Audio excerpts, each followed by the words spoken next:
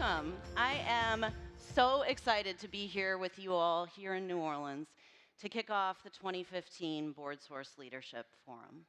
And I have to tell you that this conference is special for a few reasons.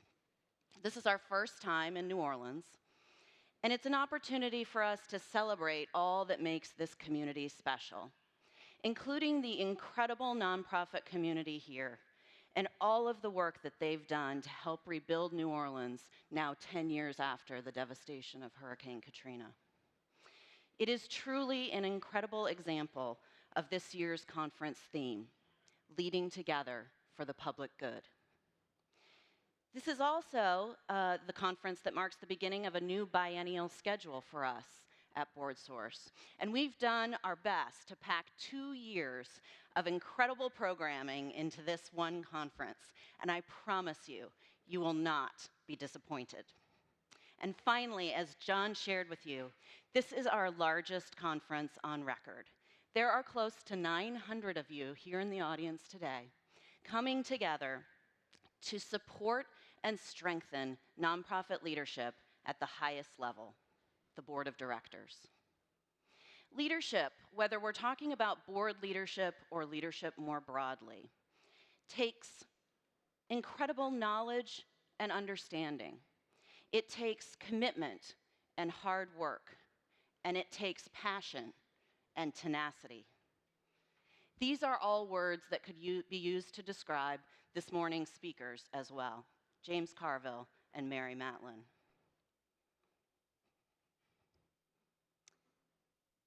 But before I bring them out on stage, I want to take a moment to share with you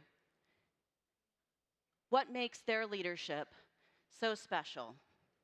Not just as talented and well-known political operatives and commentators, or as a married couple that famously and ferociously hold opposing political views, but as deeply committed members of the community who are leveraging their leadership in very real and personal ways. They are educators who are sharing their expertise and their networks with students at New Orleans' own Tulane and Loyola universities.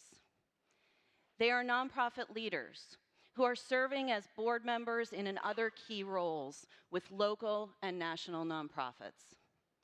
They are conveners, bringing people together to solve problems and rally resources to critical issues that are affecting their community.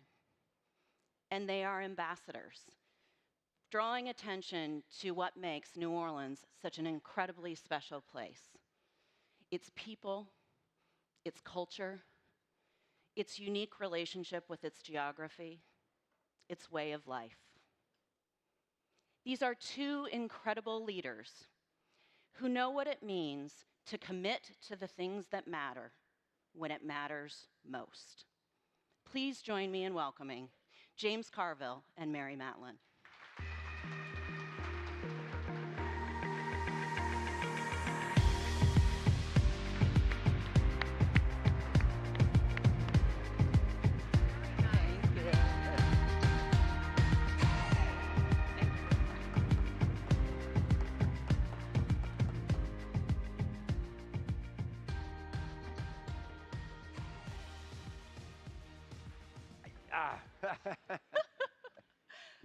He's too sexy for me.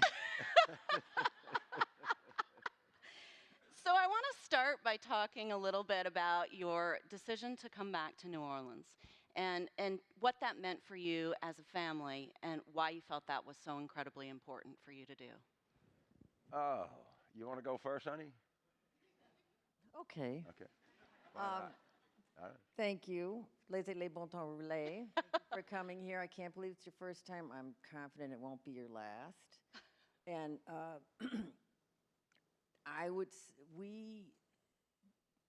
it was a confluence of events. I loved New Orleans.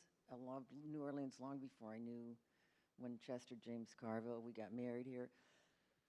And we were becoming a certain age.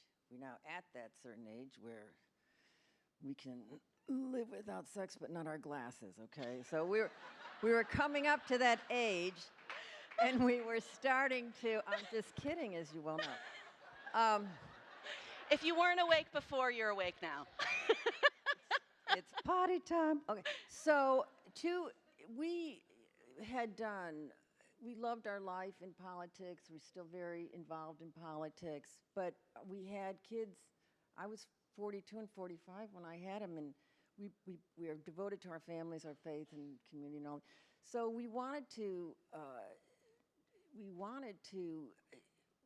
this was a turning point for me. I don't remember if I put this in the book or not.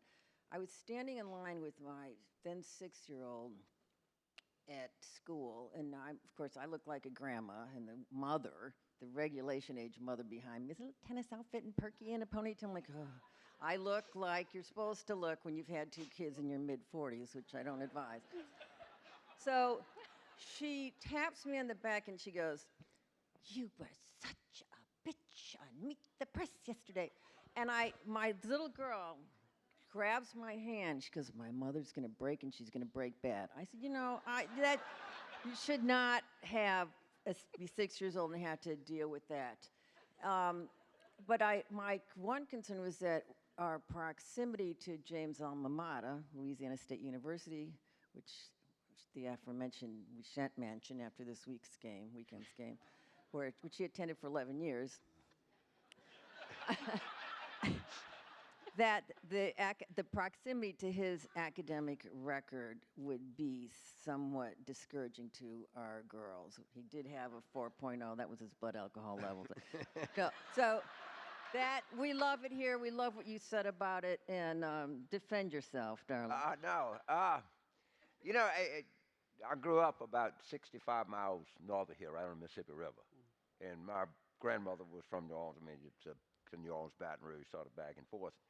And we'd been in Washington for a long time. And in order to understand what drew me back in Mary, is every other place in the United States talks about the quality of life that you have. And there are actually people who measure it. And it's a park space by days of sunshine, by hospital beds, by airline flights, by crime rates. And you actually can figure a number, and you can look and see, well, yeah, we're Pittsburgh is ahead of, Cleveland or something, right? In New Orleans, the only measurement that we have is a way of life. We measure our life by our way of life, by red beans on Monday, by our music, by carnival cruise, by all of the things that mark our year that are different. We have our own body of literature. We even have our own funerals. And once you were part of this way of life, it's something that is magnetic, that always kind of wants to bring you back to it. And we moved here in June of 2008. We made the decision in 2007, and we'd been in Washington for a long, long time. And in my instance, I wasn't running away from something. I was just going back to something.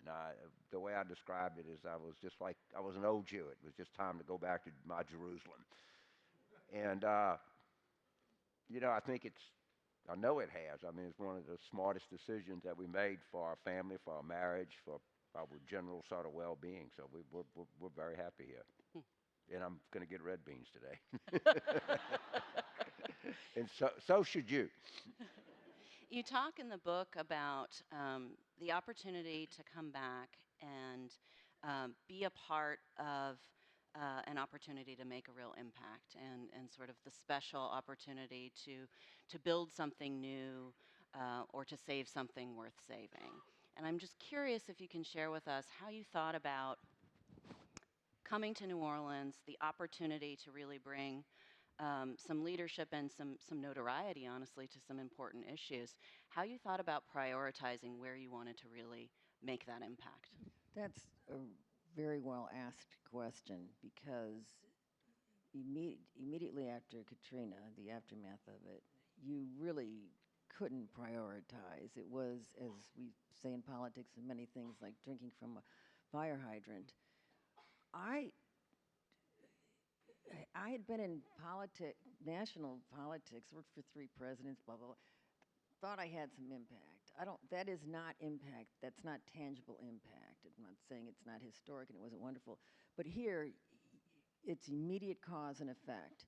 And I would say, and I'm sure you'll hear more from Ann Milling, who is going to visit with you. She was the leader of the pack. There were so many people across the nation who did not think we were going to make it. Ann Milling started Women of the Storm, and she is not only our neighbor, it's James's cousin, like who knew? And when you see her, you'll go like, they're related, because she is very, very special lady. Not that you're not. Not that you're not. But so she started these women, it was a cross-section of the city, of income groups, and they literally were, I cannot tell you, the pictures that you saw were a snapshot, but they were collecting garbage in the street. They're picking up, there's no services, there was no power, there was no nothing. Then almost everything, in fact, I shouldn't say almost everything that was done to keep us in a treading position until we got some decent leadership, good leadership, we now have great leadership, and Mitch Landrieu, was done by nonprofits, young people, university presidents, and we live in a place where we just open the door and we just became like central clearing place for people to come do their things and just convene and make aware. And it was everybody who was here wanted to be here. That makes a huge difference. And I can't say we prioritize. We both like the same thing. We like education. We like coastal restoration. We like music. We like culture. We like the church. The church is pivotal to a lot of the restoration here. So it was a rare opportunity, and the silver lining to see cause and effect, real impact. It would not have happened without what you do. I'm not, and again, Ann will tell more, but it is the reason I think I put this in the book. We were so unable to prioritize because there's so much to do. That same girl, the one said my mother's going to break bad. After 5 years here, she said, "Mother, you just don't provide the structure I require. I'm going to boarding school." Like, hasta la vista. So James was crying for 2 years. My life is over. My girls are gone. Chopped liver here, so. Yeah, I agree with everything Mary said. You know, this sounds like something, you know, so obvious that it's stupid to say, but it really matters who's in charge. And it matters in an NGO, it matters in a company, it matters in a university, and it matters in a city. It really makes political leadership is in. I think the biggest thing we did is that we had a disastrous mayor, who's now a guest of the federal government. And we had an election coming up, and the current mayor had announced that he was not going to run, and it was evident to anybody you could fog a mirror that he was the person that should have been mayor. And literally, he'll tell you, I just went and just hounded him to death. I said, look, and I sat here, and my wife and 2 young daughters were here, and I said, my God, I got to do something. And literally just said, you cannot run, man. It's too much to it. And he ran and he won re-election. And I don't think there's any possible history of this city that can be written to say that he wasn't instrumental. Does it mean that he has people that oppose him on different things? Of course, that's part of the thing. I always laugh, and when I got here, the biggest complaint was the condition of the streets, and now the biggest complaint is they're tearing all the streets up, fixing them. So I guess you know, just look, you know, if you want to make an omelet, you got to break an egg. You can't fix a street unless you tear a street up in the first place. But in the NGOs, you know, what I saw is there was a time where I was married last at me when New Orleans was in danger of being a sliver on the river, of Key West, of being some people huddled up close to the Mississippi River in a port and some commerce, and that was it. And we didn't know. And give me an example, because I'm so much as part of culture, but this is an important example. They lost thousands of musical instruments in Katrina. Literally thousands. And the Tipitina Foundation got together, because remember, This is the only indigenous American art form is jazz. And you can't, if you skip a generation, you lose the whole thing. It's like a language. And it's passed on from generation to generation. You can't go to the Juilliard school or something and learn it. It's learned by. And people got together, raised money, did all of this. Now I'm told by Quint Davis, who runs Jazz Fest, which is the hugest thing, probably the biggest musical thing in the country, that the street music, the organic music in New Orleans is better than it's ever been. There are more street bands. There are more things that are going on. That would have never happened without that kind of intervention by people. And it wasn't, to be fair, it wasn't like the government came in and said, this. It was just people saying, we have to preserve and protect this. I work for a high-tech company called Palantir, which is, if I knew what they did, I would be really smarter than I am. And if I knew and told you, I'd have to kill you because no one else knows. But their CEO is this fascinating guy named Alice Karp. And he was in Beijing, and he loves jazz, and they had a jazz quartet was in Beijing, and the Chinese love jazz.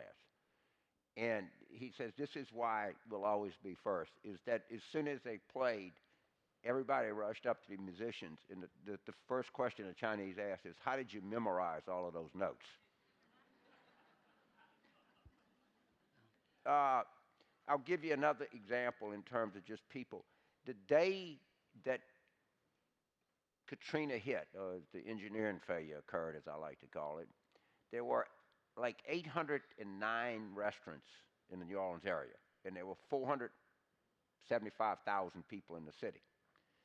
Today, there are probably 385,000 people in the city, and there's like 1,450. So not only did it hold, but it's actually the cultural meters, which I think are so important to our health, have actually increased. And I think that's the real kind of story here, because you know, if you're doing a triage, save the culture first, then the city will follow. Because without the culture, it's just another place. Which, if I could just augment, which is why I'm kind of a candlelighter, not a darkness cursor anyways, but why I remain optimistic as opposed to the apocalyptic declinist that my husband thinks I am about politics, is because when there is what he just said, when those pieces are in place and you have good leadership and you have transparency and accountability and all those things. Are any Yankees here? No, he's sugar. We're going to become a sliver on a river. I love listening to him, not what he's saying necessarily, but I like the way he says it.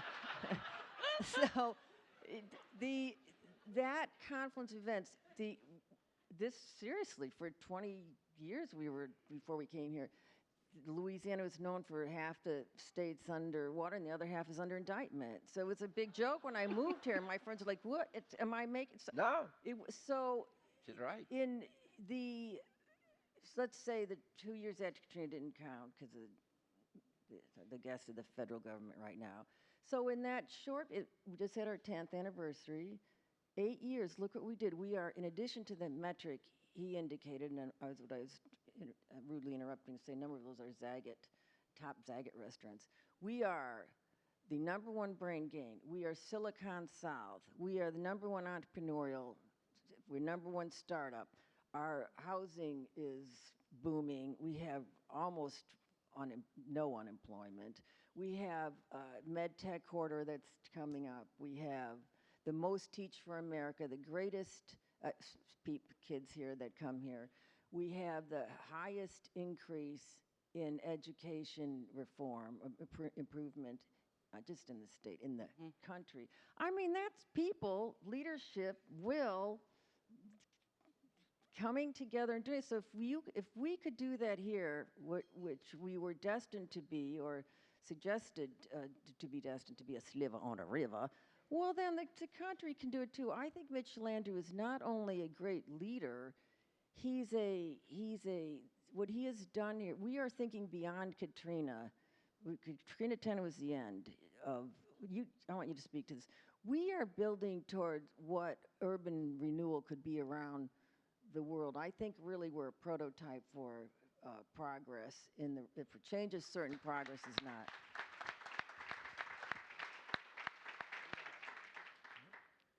No, I agree. No, yeah. Vigorous agreement on at least this one Right. topic. Well, I'm curious, just kind of picking up on that point, if there's anything that you would highlight or translate for this audience, which is largely national, but also includes some folks from around the globe, about what leadership sort of lessons that has taught you in terms of what it takes to really create sustainable change. You know, wow, what a question. Uh, I think one of the things that successful leadership needs, it needs people that are willing to follow. And I think what happened here is that people wanted to be led. They were looking for it. I mean, there was just this kind of general sense, and it's the kind of thing. It's sometimes the obvious answer is the best answer. They asked Ray Charles, "What was the worst thing about being blind?" He said, "Well, you can't see."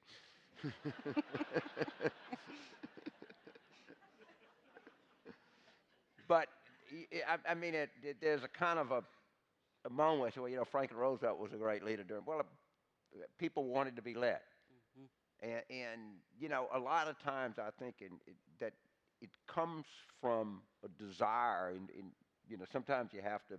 I think we were at a point, and I'm just not. I'm just highlighted the political leadership in the city, but there a lot of other areas. Scott Cowan, who was president of Tulane, miraculously got Tulane open in January of 2006. I mean, there's a thousand stories of people just seizing their own initiative, if you will. Yeah, Norman Francis at Xavier, who just retired, is like the living saint of New Orleans. The It- Saints. the Saints Saints, coming back was yeah, important. the saint. I mean, there were obviously the Steve Gleason block punt against Atlanta in September. The Superdome, what Doug Thornton and those did. Remember, the Superdome was totally devastated. They lost a lot of the roof. It was just a mess.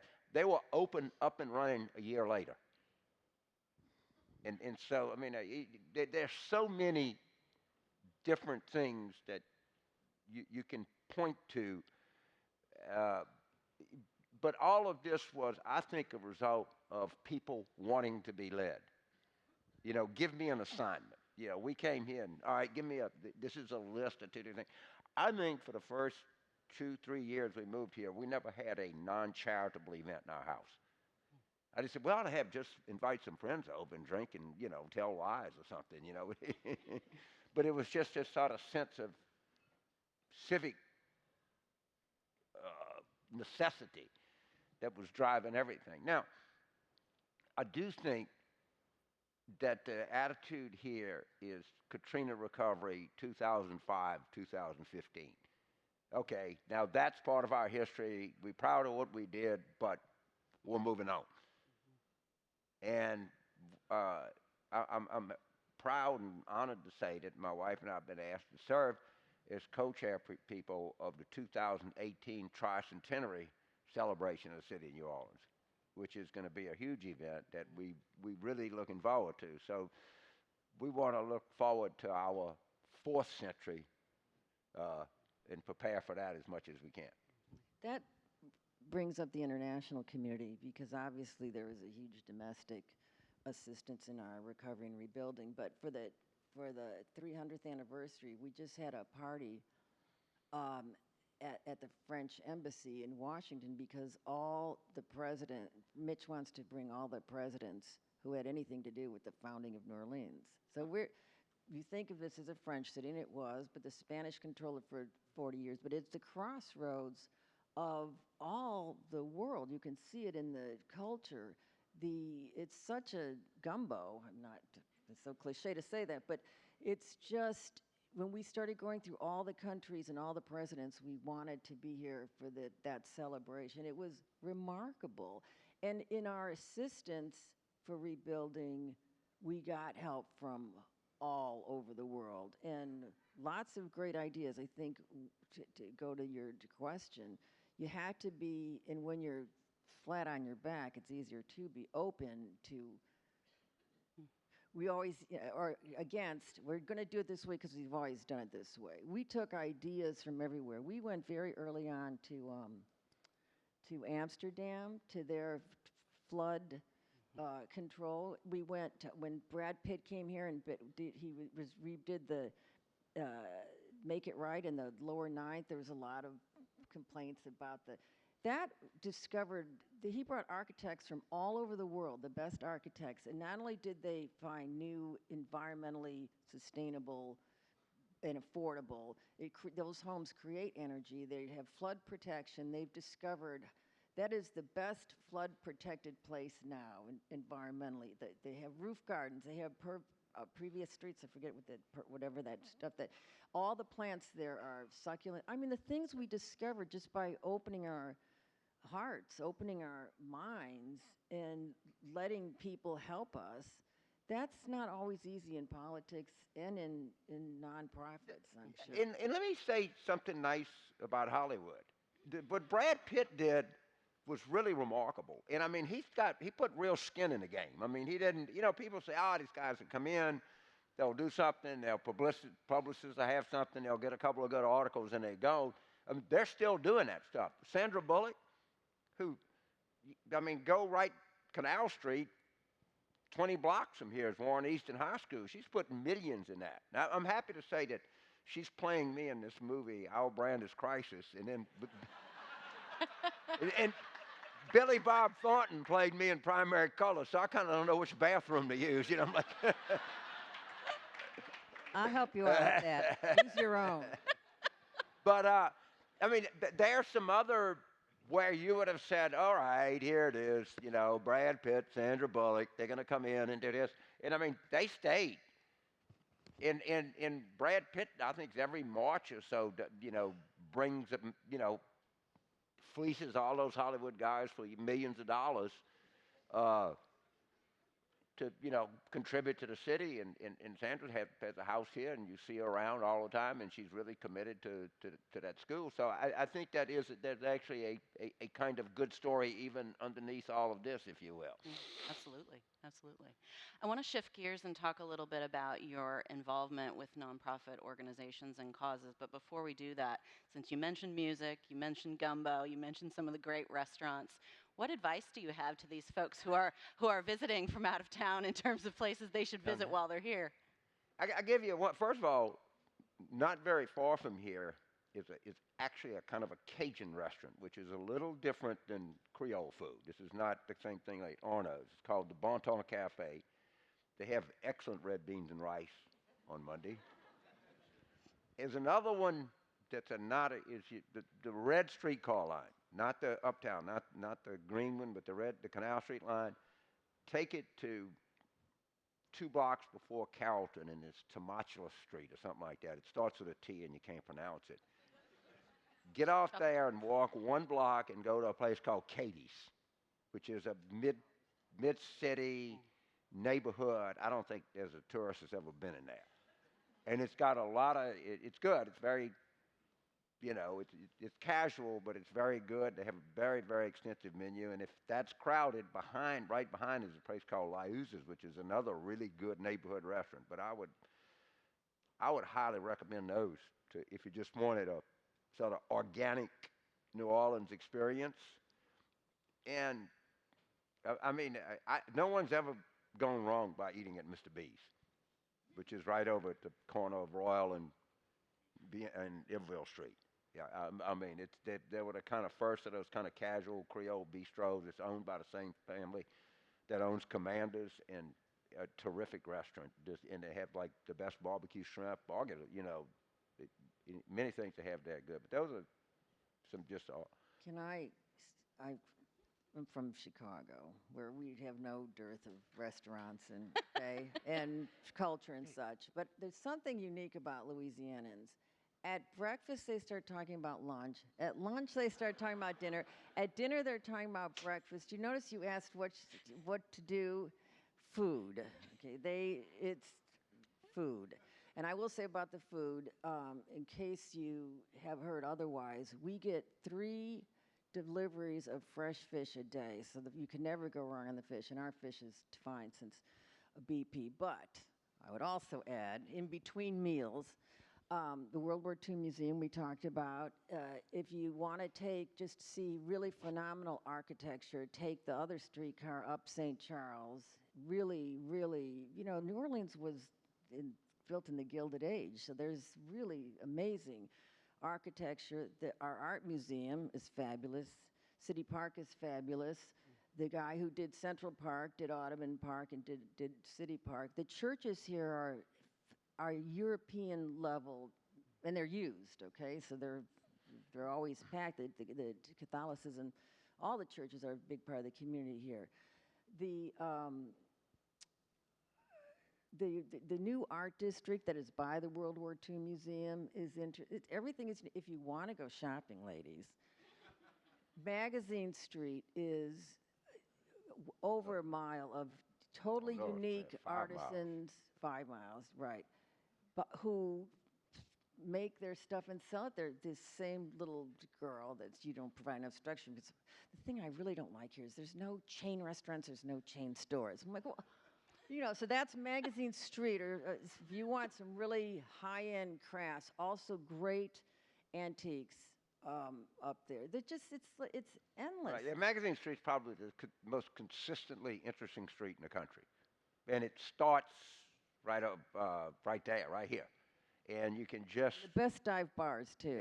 Yeah, best dive bars. There's 12 Zagat 25 or better restaurants on Magazine Street. The other thing, if you want to take the St. Charles line, you can take it almost to an end to a restaurant called Vincent's, which is a real neighborhood restaurant. It's Creole Italian, and that place is really interesting, good. I don't think it's open on Monday though. But anyway, there's 1,000 places you can do. But Mary's right. If you get a bunch of you and you get a car, just drive. But everything in New Orleans is up or down. Drive up Magazine Street, which is right out from this hotel, and you can go to the end of it, and you'll see more shops, more restaurants, fewer chains than anywhere in the world. You know what? If you're driving, don't drive. Get a driver, because there's no east, west, north, south. It's upriver, downriver, lakeside, riverside. Right. So you're. I can't explain. I'm not going to try. Yeah, you don't. Just don't drive. Yeah, don't explain.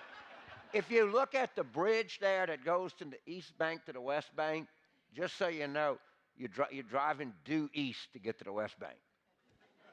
As Rabbi's been saying for 5,000 years, go figure.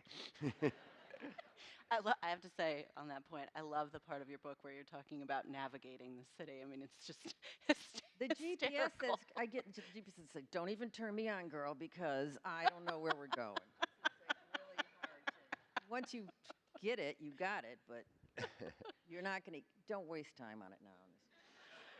Well, let's talk a little bit about your nonprofit leadership, because I know you're serving on a number of boards. James, you've founded a nonprofit and are leading one. How has that experience been as sort of being in the boardroom, being at the leadership helm in terms of the nonprofits that you're leading, and just tell us a little bit about why you're so passionate about those issues.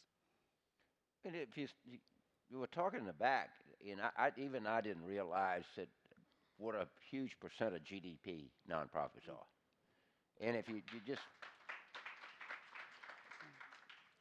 I mean, if you look just across the spectrum, not just the GDP contribution to the country, but if you look to the civic contribution to the country, the scientific, you name it, across the board, the real story is, a lot of people just don't realize it take a lot of, it's such a huge segment. We don't come to appreciate how ingrained in our society and our culture that nonprofits are. Unfortunately, most of the time, most of the people in the nonprofit business are like anybody else who spend a lot of time raising money.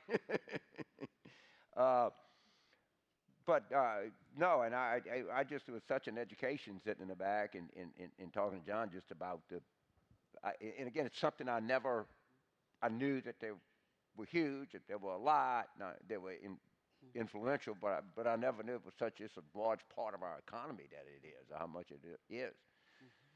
Uh, y- there's something about nonprofits that allows a kind of accommodation for people's skills. Do you know what I mean? It's not so, it can be hierarchical, it can be overorganized and such they can be. I don't like meetings, I don't like to be on boards that I can't contribute, and I can't contribute sitting in a meeting. But if you, where I can contribute is whatever my skill set is. You use the word ambassadors. I can talk about stuff, I can tell the story of Sacred Heart, or, but I don't, the but there's always a good accountant or finance person. There's always a good fundraiser. There's always a good get up and go person. And if you understand people's strengths and you let people do what they do best without being so, politics, business, everything. Let me say this: I am a capitalist. I'm for profit. I like profit. But there's something about I've learned in this age, woman of a certain age, that candidates listen to me more the less they pay me. If they don't pay me, they listen to every word I'm saying. There's some weird paradox about the nonprofit, although it does cost a lot of money. But it also brings together people who want to be there, presumably. Like, a lot of people don't like their jobs. You wouldn't be on a nonprofit board or doing those activities if you weren't passionate about the work. The only board I liked sitting through the meetings was the Humane Society, because we really could come up with, and did come up with, an amazing array of programs to save animals, to save people, to social. Did I say she was the PETA Person of the Year? Humanitarian of the Year. Humanitarian. I'm an unrepentant carnivore and fur wearer, but still. So if it, but my point is, it's a different makeup. The people come together, a nonprofit's a different makeup than people are forced to make a living doing something or whatever. Yeah, I no, and the point is well taken, and it again, the diversity of the entire sector is like unbelievable. I mean, the more it's one of these things. The more you know about it, the more you kind of appreciate it, if you will. And certainly we see that diversity represented in the room here. 900 folks from across the country, and folks that are leading all different types of organizations. And I think back to what you were saying about the importance of leadership and how it all comes down to who's at the top. And certainly this audience. Right, and I mean the fact that your board members can get together and have something like this and get the kind of educational programs and talk to other people is just invaluable. It's not just invaluable it's invaluable to the whole sector. Because I do these things, and I thought about it, and we were talking about it. Well, this makes total sense. That there's a whole educational component to this. There's a whole legal component to it. I mean, there's a lot of responsibility in doing this, and the fact that you can come together and have these kinds of opportunities, not just to learn from presenters and people like that, but to talk to each other and get that kind of collegiality and feedback that I think is so essential to doing the kinds of things that you want to do. And the fact that y'all would ask us to be here is a big honor. And I add to that, I'm not saying they're thankless jobs, but it's also an opportunity to re-energize, because you're so busy doing the work all the time, to re-energize and reflect and appreciate what you do and appreciate yourselves. You don't just take a minute and reflect on it. And this is a great place to do it, because there's nowhere you can look. There's not a square inch in this city that you can look that somebody like you didn't have a hand in doing. One of my favorite stories about altruism is I grew up in a place 65 miles north, actually called Carville, Louisiana. It was named after my grandfather, and he was a postmaster. But not many people realize it, but Carville is a very well-known place in world medical history. Is that we were the foremost center for the treatment of Hansen's disease, which you would think of as leprosy. And there was a priest that came to Carville by the name of Father Damien, and he ran a place in Hawaii on one of the islands. The church still exists there. And he would treat these people, and the New York Times sent a reporter, and it's not on like Oahu, it's on like one of the smaller islands, and this guy was like changing bedpans and washing sores and doing all that. And the reporter was following him around. He looked at him and he says, "Man, I wouldn't do this for $1 million." And Father Damien said, "Neither would I."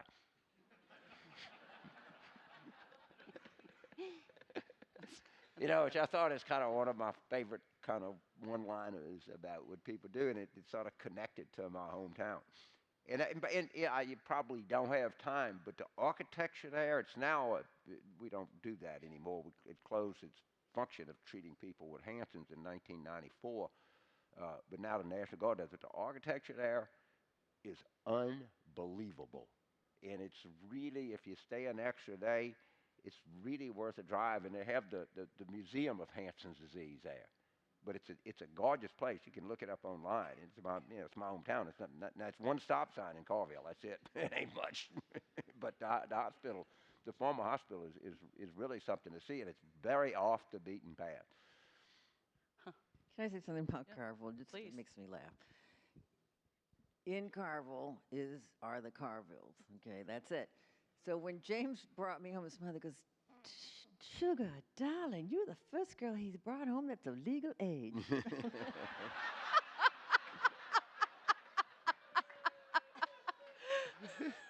Just almost kidding.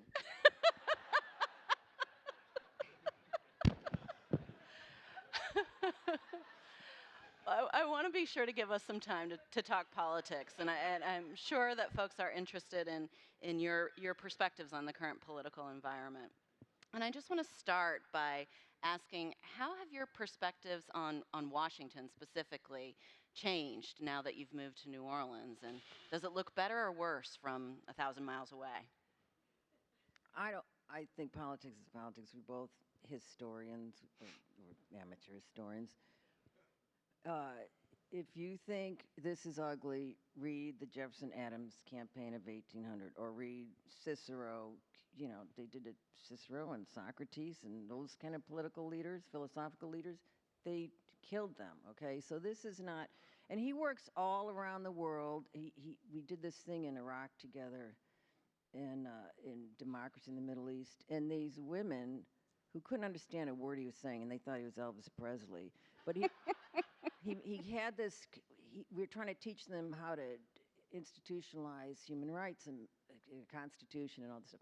And he couldn't get through to them, and not because they couldn't understand him. They just didn't get the concept. And he said this brilliant thing. He is a Zen master of sound bites. He has the attention span of a gnat. But he said this. He had this thing that here's what democracy is. You lose, you leave. And these women made T-shirts. You lose, you leave. Okay, that's a big concept. There's never. Most of the world has been in history and remains today under tyrannical or so. This is not, when there are big things at stake, this is what politics looks like. I said how I believe in federalism because it works, because the cities are working, the states are working. It's where you can measure, and there's accountability, and you do as Mitch did here. You got a good idea, we're going to do it. You got a bad idea, get the hell out of my office. Okay, that's how it can work. We are going to have a big election. The Republican Party is fractured. The Democratic Party is falling off the cliff. It's so old. I'm sorry. Okay, all right. So we're having a generational shift. We're having a philosophical shift.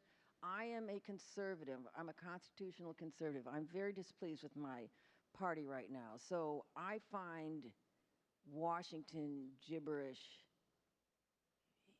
irrelevant, except it has so much impact on everything. But I think we're about to have one of those paradigmatic shifts. And things are changing, and changes, certain progress is not. So I'm optimistic about it. I don't like the concept that all wisdom, all ideas, all direction should come out of Washington. That's not how our country was formed. It's not how it's progressing, as evidenced by here, or look at all the cities that are progressing. So I'm excited about these elections. I'm excited about the transformation of both the parties. I'm excited about the generational shift because the millennials, who were much maligned, are really an incredible and idealistic generation. So but I think we're going to go through some turbulence here. Buckle your seatbelt. Yeah, I'm a man with a theory, so you know, if somebody has a theory and they tend to place everything in it, but I think my theory is right. Uh, I think that the population distribution in the country affects a lot, and by that I mean increasingly, Democrats live in cities and Republicans live everywhere else. So we're not, it's what's called sorting, and this leads to a almost permanent Democratic presidential majority and an almost permanent Republican congressional majority. And I think and it's what we are, and my sense is that we're going to be in that for the foreseeable future, which that, and other factors too, but that goes a large part toward producing a lot of the dysfunction that we see. Now, my overall large analytical point about the 2016 election is this. We always say this is the most important election. We always on the precipice. It's always, if not us, who, if not now, when. And, you hear that every 4 years.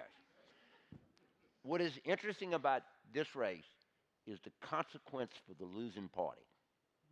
If the Democrats lose, they will hold the least amount of power of any party, maybe even like the Republicans in 1933 or 34 or something. They will have not the White House, not the House, not the Senate, not the Supreme Court, not an overwhelming amount of state legislators, governors, you name it. And the party, and Mary is exactly right, our presidential candidates are older or old. Our congressional leadership is old. And so the party will have no power to speak of and will be in turmoil as to what his party leadership is. That is the consequence of the Democrats losing. If the Republicans lose, well, Reince Priebus said we're cooked. And their coalition will probably split apart depending on how they lose and who they lose with. So, I mean, it's almost conceivable that the Republican Party, RIP 1854, 2016.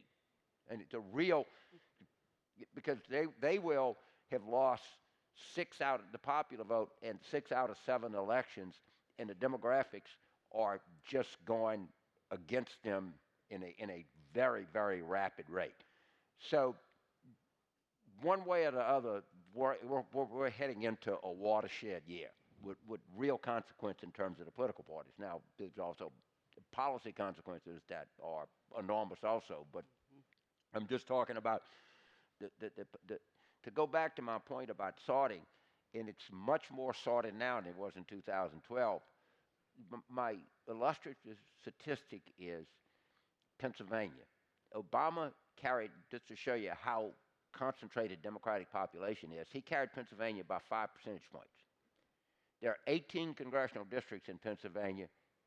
He carried 5, which tells you that the Democratic majorities in Philadelphia and Allegheny and Pittsburgh and some of the suburban counties close into Philadelphia are so large that they can't be overcome.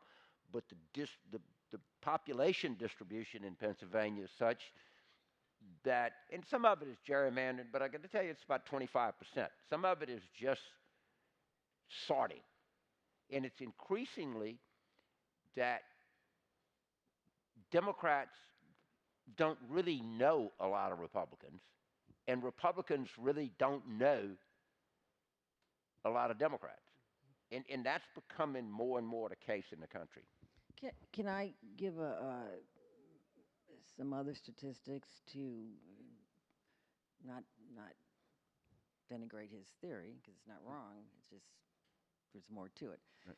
In Obama's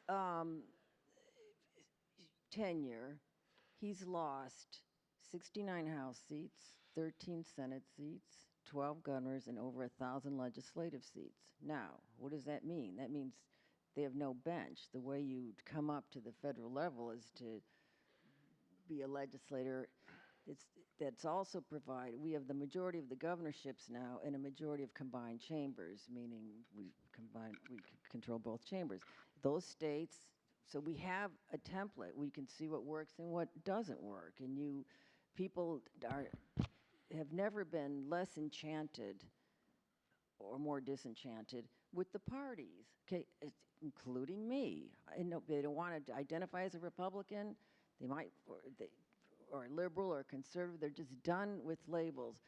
And so when you poll them, you get these skewed results because of that. You ask them policy questions and you don't skew the policy questions. You will get kind of a common American, common sense set of issues that there could be consensus on, or at least a consensus point from which to go forward. And I think we'll push through all this nonsense that is politics, and it was ever thus, and get to actually what is working here. Now, part of the exacerbation of the turbulence is polls, and people don't know each other, as he's right, but we are seeing an increasing unreliability of polls, as evidenced by the Kentucky governor's race. He was supposed to lose. He won by 9 points. He was supposed to lose by 5. That's a huge swing.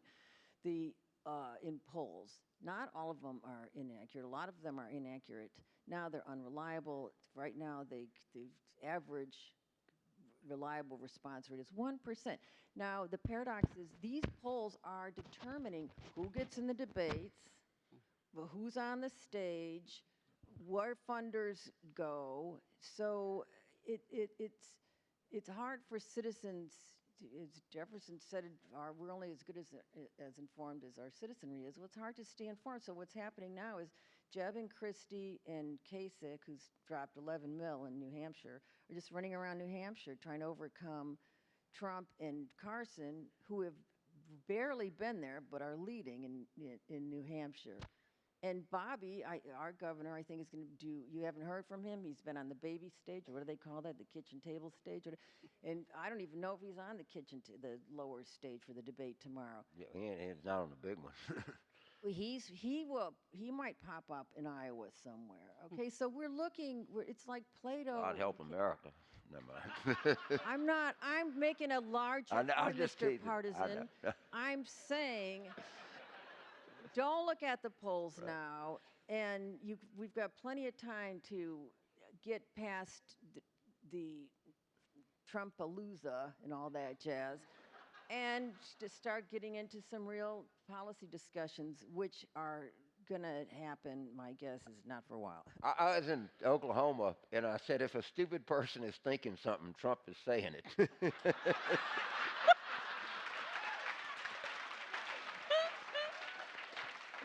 Oh, the best line about anybody, Ezra Klein said of Newt Gingrich, he's a stupid person's idea what a smart person sounds like.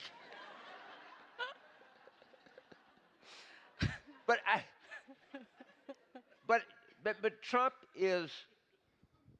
he's indicative of something. I mean, he's saying, like, we don't go, we don't do. I mean, look, I hope he does well. I'm all for Trump. But he's saying the same thing that some people are saying. And remember the way that our political system works, the Republican Party is roughly 40% of the country. So if you get 25% of the Republicans, you can wreak a lot of havoc. And that's 25% of 40 is 10% of the country. So you got to be careful by saying, these numbers once you start to look at them. Who knows? But it is and no one, the interesting thing is, there are people that saw the housing crisis coming. There are people that saw the kind of collapse in energy prices coming. There are some people that, predicted different things. Nobody saw Trump coming. Nobody. There's not a single person can say, I wrote an op-ed piece. And you go back and you look in March, I was on television and I said this. So the fact that no one saw him coming tells us that no one knows his exit date. I think there will be one, but we don't know. I'm not saying I saw Trump coming, but as my husband will tell you, since I've been in a constant state of anger for about 3 cycles now, She saw Republican disruption coming, absolutely. and I did not see it in the person of that hairdo, okay? But what he's illustrative or he's James are indicative of is the anger of people like me who are just common sense conservatives. Okay? I just want to, if it works, let's do it. If it doesn't work, let's stop it. I hate crony capitalism. I hate all that. So as does everybody now. But we know how to do it. This is not so we have these successive tsunami elections, which I've already rattled off the numbers, and nothing happens. Nothing happens. The worst thing you can do in politics is overpromise and underdeliver, and that's what the party has been doing. So I think we're about to push past this some way, and Trump represents the anger. Carson represents the we really are a good country and we like integrity and honesty and achievement and all that and redemption and blah, blah, blah. But it is a skill set, okay? Like, I wouldn't, it's very hard to run for president. Scott Walker, we agree on a lot of things that strategically, when Scott Walker got out, his campaign manager said, nobody knows how flipping hard this is. It is hard. It's exhausting. I know all these campaign people. He knows all the campaign people. It's hard to run for president, and guess what? It's even harder to be president. So there is a skill set. And somebody said in one of the political sheets this morning that Trump and Carson represent this mood, and pretty soon we're going to get to the point where we're going to try to envision people who can sit behind that desk in the Oval Office. I just don't see Trump there. I see where he came from, the sentiment that pushed him there. I don't see that sentiment putting "you're fired" behind the big desk in the Oval Office. Am I wrong? Yeah, no, I agree. I think he's gonna go away. I just don't know the date. You're going to die. You just don't know the date. You're kind of like but I'd have thought he'd have been gone by now. You know? And look, and Carson's number 2, who most people think, and I agree with him, is running a giant marketing scam. But Well, as opposed to president, I don't get that. that he's out with his books and promoting everything. Armstrong Williams is called his campaign manager is called his business manager. But That's what Armstrong Williams does. Barry Bennett's his campaign manager. By the way, I had Ben Carson at the house. I didn't even think you were there. And, were you there? No, I was not there. I would have loved to have been there. But I'm for Ben Carson. I'm for Trump. Okay. I'm for them all. I'm for Cruz. All right, smarty pants. So I also had Cruz at the house, and James, who we very politely say hello and welcome people to our house when we don't stay through the whole thing. I can't possibly stay through. But in the Cruz event, he said 30 people would be there. 300 people were there. James stayed for the whole thing. I think I like to watch other candidates. And with Cruz, I noticed that the people set up, and somebody would come and they'd say, I gave $1,000. My wife is with me. I said, no, sir, it's $1,000 a person. We got a credit card here. You can, And I didn't know if there's a Republican fundraising house in Louisiana. I always know 35% of people. I didn't know anybody. These were all, as I said, they shook hands. They were callous people.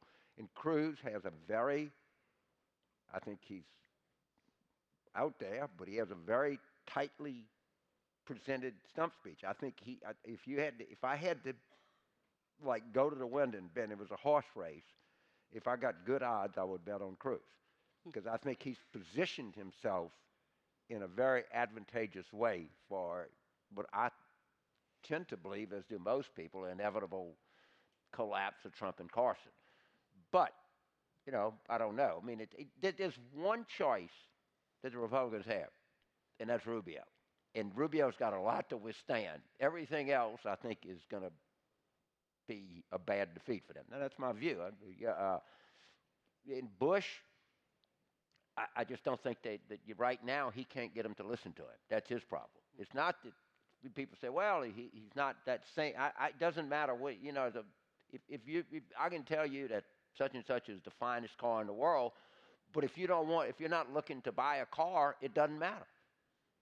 And I think that's Jeb's problem, who I know is a likable guy. I think he's smart, but I don't think that I don't think he's under consideration by a vast majority of these Republicans right now. There's a lot more to happen in this unprecedented season, and I tend to agree with this. I think it is going to come down to Rubio and Cruz, and I'm so confident that the next president's going to be a conservative. If he runs as a conservative, and I mean like a common sense conservative, not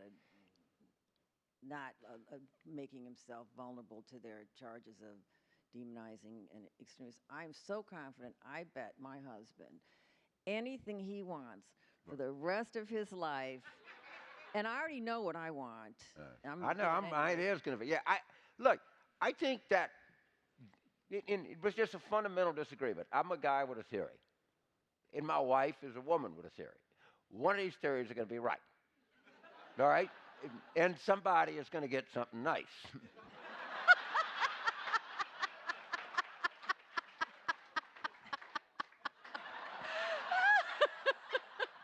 Like you're not getting it. Kind of no more headaches. You think you could be more creative.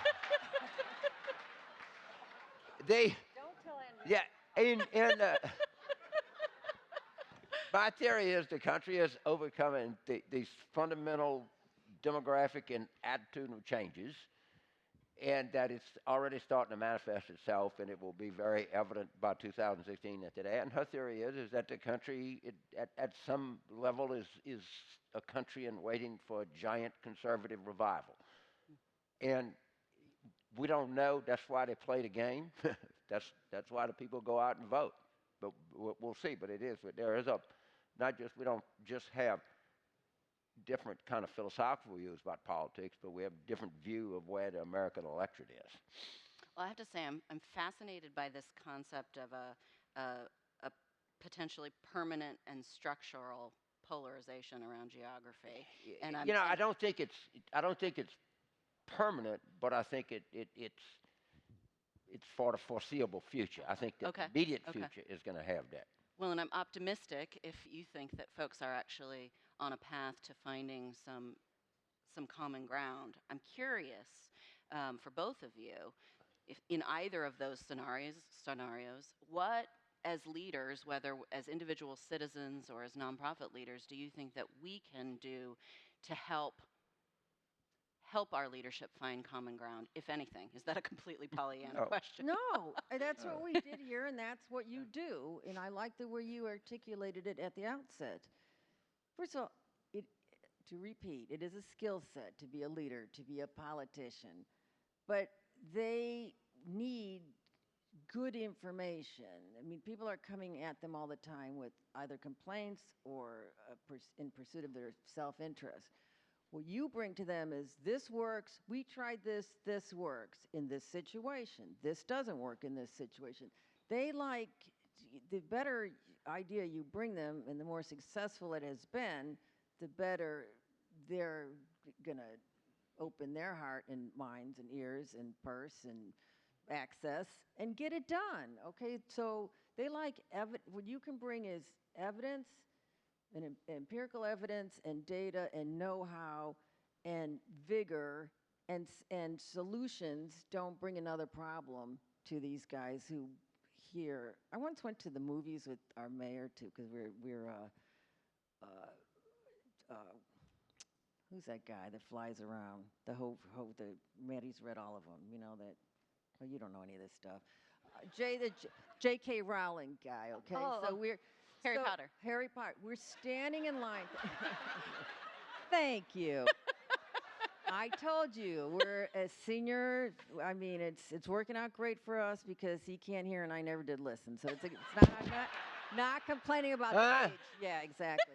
But anyways, we're standing in line to Harry Potter, and and we're all excited, for the show, and we got a neighborhood theater. Mitch, my street light is out. Mitch, there's a hole in it. Blah, blah, blah, blah, blah. Okay, that's what their life is. From sun up to sundown, nobody ever says thanks. People always come in with problems, never solutions. You are the solution bringers. Did you hear any of that? I heard all of that. Yeah,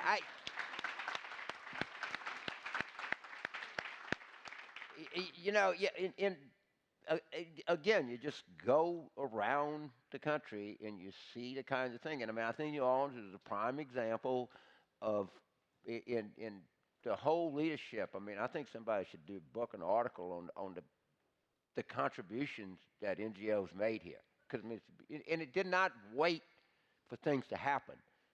They moved in right away, and then once that happening, then we started we started filling everything out, if you will. But this is a perfect place for y'all to meet because there's a near perfect story behind it. And I think that's a really important point. And I like the way that you've brought the conversation back to some extent to the audience here, which I think is also very important. But we've covered a lot, and my view of I don't think this is a permanent condition in America because I think after this election, one of the two parties are going to have to adapt in a very kind of fundamental way. And so my view is the darkest hour is just before dawn, if you will. I think it's going to become evident to people that there has to be change in one or two parties. If I'm right, it will be the Republican Party. If she's right, it'll be the Democratic Party. But change is coming.